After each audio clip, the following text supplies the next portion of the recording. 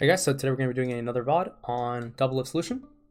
It's going to be Lucian versus Ezreal and Nautilus, and Brahm's going to be our support, and we're just going to talk about what is going to be happening in the lane and how you as either a low elo ADC or high elo ADC should transfer your leads against even the top players. And it seems like Doublelift actually ends up getting 2 assists and a kill here, so something ended up happening where we know that Doublelift is going to hit level 2 a little bit earlier relative to his XP bar.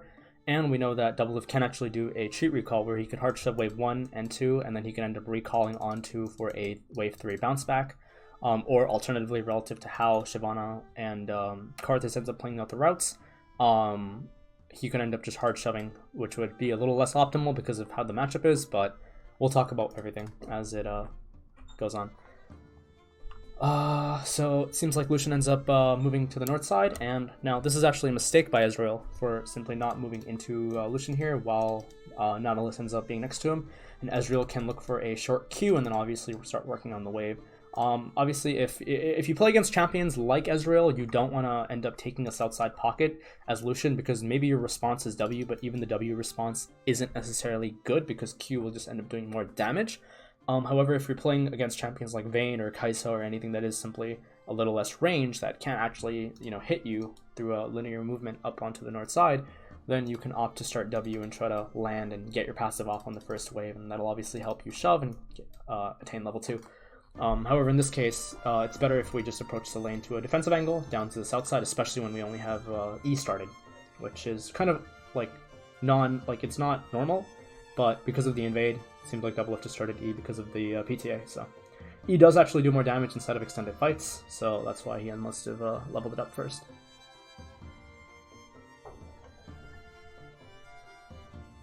And now, again, we can take a look. So right here, he ends up hitting level 1, or ends up hitting level 2, and we know that he's going to hit level 2. Now, at the same time, while this is happening, now Brahm's HP bar is actually totally covering it, but this minion here is really low. We can actually simply move in to hit this minion, and then we can hit Ezreal as he goes in, right? Now, we can actually, before we actually talk about that, I want to talk about some lane openings first that we can do. Now, you can see that these 3 minions are lined up. Now, if Braum is next to us, and Nautilus is down to the south side, and Braum ends up moving down, and Nautilus ends up moving down, the CS pattern should actually go as 1, 2, 3 down to the south side. This then forces Braum up to the north side, and then this is really good for us because now we have essentially bush control. If the opposite is true, and let's say Braum is not on the south side and Braum opens on the north-hand side of the lane, then the CS pattern should be 1, 2, 3 up to the north side. Or back, obviously, because we don't want to get hit by Qs and whatnot. And so what we're doing essentially is we're playing across our lane, our support's openings, and we want to play relative to where Braum or Nautilus would be, and we want to play away from that. And obviously we are stronger in the 1v1 against Ezreal Lucian, and neither teams actually have sustain until a certain item, and so it becomes really beneficial for Doublelift's team, or in this case Doublelift's bot lane. Yep. Ends up just Eing again, and now going back to where we were originally, we're going to talk about what is happening, because we're about to hit level 2 in about 2 minions, so this one is going to die. And the next minion we're going to hit level 2, as you can see on the XP bar. And now, while we're doing this, there's a number of things we have to acknowledge, and this is going to dictate our movements. The one thing I tell players to do, always consider the lane 1 or 2 seconds into the future, okay? Do not play lane in the present. Lane should not be played at 2 minutes and 10 seconds. Lane should be played at 2 minutes and 12 seconds, or 2 minutes and 11 seconds. So, in about 2 minutes and 11 seconds, what's going to end up happening is we're going to kill off this minion and we're going to hit level 2, right? Again, if this is more of a traditional opening, then we're going to hit level 2 on the 3rd melee of the 2nd wave, but whatever. We're going to hit level 2 inside of this wave, which is the 1st melee of the 2nd incoming wave. And as Ezreal walks up to hit this minion, because we can also acknowledge that our minion is also low, we're going to move inwards and we're going to look for a Q. Unfortunately, I don't think Doublelift is ready for this because he's playing very defensively. He's playing it down to the south side. And you can notice that Ezreal ends up getting a free Q for no reason. Easily, we could have hit this minion, moved up, and then we could have queued over. This would have helped Braum hit level 2, it would have shoved the wave in, and it would have given us complete control of wave 1 and wave 2. Unfortunately, it doesn't end up happening, but it's not the end of the world, and we are just now going to move forward, and it seems like Ezreal doesn't actually acknowledge that Lucian is going to hit level 2 first, so he ends up messing up. Yep, Doublelift here should just Yeah, go in. Good. Auto. Perfect. And now this is really big. This is huge. Because now Ezreal and what's his name? Nautilus have lost complete control of the lane. So we could opt to shove in wave 1. We could opt to shove in wave 2. And we can opt to essentially bounce back on wave 4 and buffer wave 3. So wave 4 and wave 5 will end up arriving simply back into us. If our jungler is, let's say, on the right-hand side and the opponent jungler starts on the left-hand side, one thing that we could have done, if this trade didn't end up happening, is we could have hard shoved this wave, and we can also acknowledge that we don't have a buy and we actually do have a lot of gold income on us. We could hard shove the second wave, these red minions, into the tower, and then we can end up recalling. The opponent jungler starts from left side to right side. What ends up happening then is the wave will essentially, the jungler can't actually do anything against us. Okay? And that's just huge, because on wave 3, as it bounces back into us, because we've shoved in wave 4, any opportunity for a gank at 3 minutes and 30 seconds after the enemy jungler has started from left to right would actually end up completely being just non-existent. And then we would return back for wave 3 and wave 4 with the superior item advantage. And if Ezreal doesn't actually end up shoving the cannon fast enough, or if he doesn't read this cheat recall quick enough, what's going to end up happening is we might actually end up getting a lock on wave 3 or wave 4, and this is going to give Nautilus a really good time, because this is also when Nautilus will hit level 3, and then Lucian and Nautilus can then run down, or sorry, not Nautilus, I meant Braum. Braum will hit level 3, and this is where Lucian and Braum can run down Ezreal. Okay? Unfortunately, it doesn't end up happening, and we find an opportunity to look for an E, and this is just Ezreal's misplay by spacing way too forward, not acknowledging that Lucian will end up getting the E off, and this was actually played really cleanly. Notice what he does. Actually hits E, throws out W, really smooth, gets the autos. No, this is really good.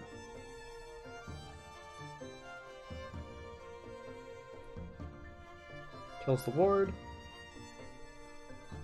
And now, at this point, we have the third wave essentially locked, and Ezreal does actually, he ends up having a soft freeze. Now, if Karthus' routes are a lot more defensive and Shyvana ends up trying to move a lot more aggressively, we can, instead of hard shoving, we do want to hard shove this, but we can actually end up just simply shoving 4 wave 3, shoving 4 wave 4, and shoving 4 wave 5.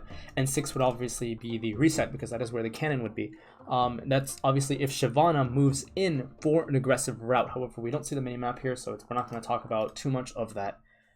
And again, same concept. Once our Q is up, we're going to start looking for Q trades onto Ezreal across the minions, but we are just waiting for a level up.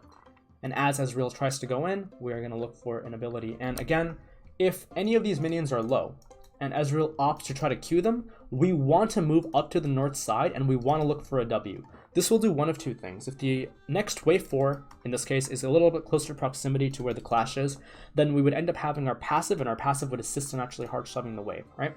And then on top of that, the second thing it'll do is it'll just simply harass Ezreal when he does go in for ACS, and he's already very low, so this will eventually prompt a potential dive if anyone does really misplay. W comes up, and now we're just warding, and this is just routes against. This is a ward to deny any routes into bot lane against Kha'Zix, or what's his name, Karthus, and yeah, hits the plant. We don't see anything, but we can acknowledge that Karthus is going to be here. And now, again, the fourth wave is arrived, and it's in the clash, and we're just going to let it come into us. And same concept. Notice how Doublelift actually plays the lane, right? When Ezreal goes in for this minion here, Doublelift ends up queuing across him and tries to hit him. Now, if this minion didn't exist, and this minion wasn't in last hit range, Doublelift would just move up and down just like this. He would not move from point A to point B, because moving from point A to point B is not as optimal than it is to move from point C to point D, right? Because the lane in itself is being played inside of a very linear angle and not like horizontally. And so, as an ADC player, you want to be moving like this in this case. And then as Ezreal goes in, hit, next click is back off, right? And I think we're just going to hard shove the next wave because it's not in any state where we can simply just have it bounce into us. Yeah.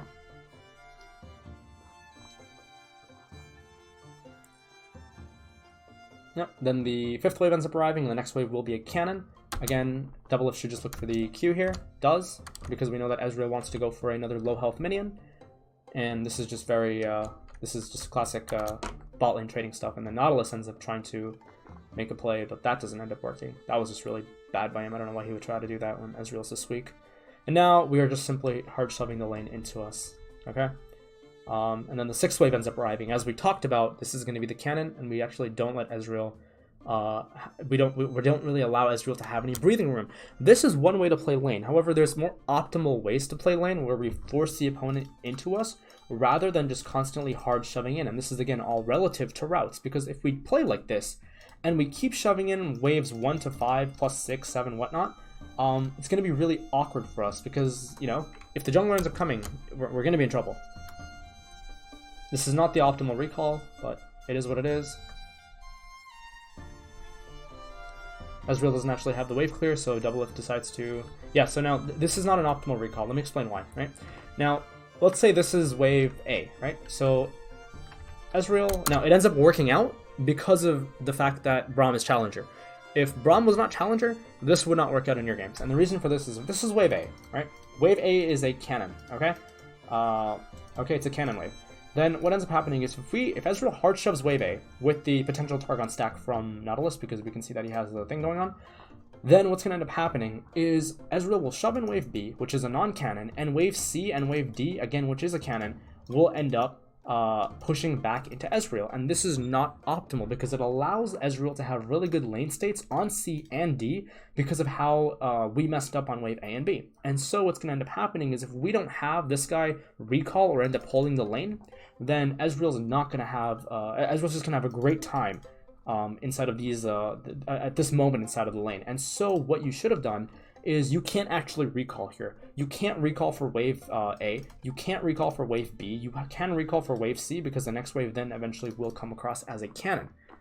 However, because Braum is Challenger and Braum doesn't actually end up making a recall, he ends up holding the wave here.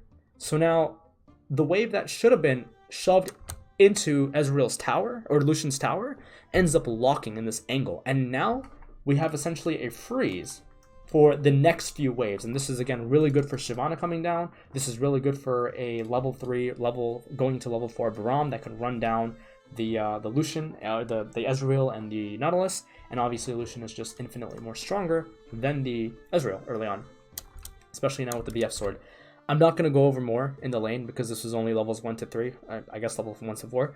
And now, theoretically, the lane is actually over. So when you are playing ADC, have good lane states, try to think in advance as to what you're going to do, and then when you're playing the lane out, and the game timer is, let's say, at 5 minutes and 7 seconds, you should be envisioning how the lane will look like within 5 minutes and 10 seconds and how trades should go off relative to that.